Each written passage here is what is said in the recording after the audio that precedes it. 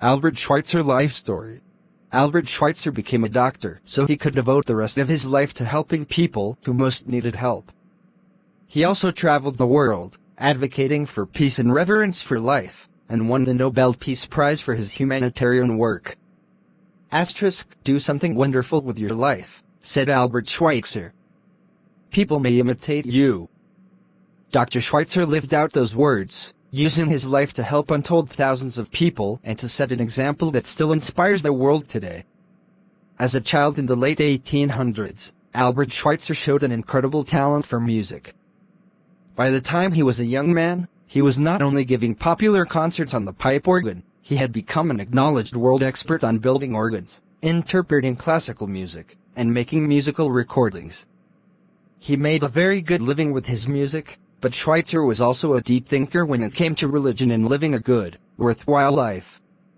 He wrote influential books about Jesus Christ and Christian philosophy, and he decided that when he turned 30 years old, he would give up his career and devote the rest of his life to helping other people.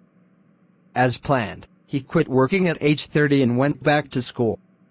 His family and friends thought he was crazy, but Schweitzer had decided to become a doctor. He figured that was the best route to being able to help others in need. After getting his medical degree, Dr. Schweitzer raised enough money by playing more concerts to set off for the poor African country of Gabon, where there was a critical shortage of medical care. He and his wife traveled more than 300 kilometers up the Ogooué River and set up a makeshift hospital. People came from hundreds of kilometers around to drive Schweitzer's little one-room medical miracle, the only hospital and doctor that most of them had ever seen. He and his wife, Harleen, worked themselves to exhaustion. They were forced to stop when World War I broke out when, as Germans working in French territory, they were taken prisoner. After the war, Dr. Schweitzer went back to Gabon, rebuilt the abandoned hospital, and resumed his free medical care for anyone who needed it. For another 40 years, until his death in 1963, he spent most of his time in Gabon.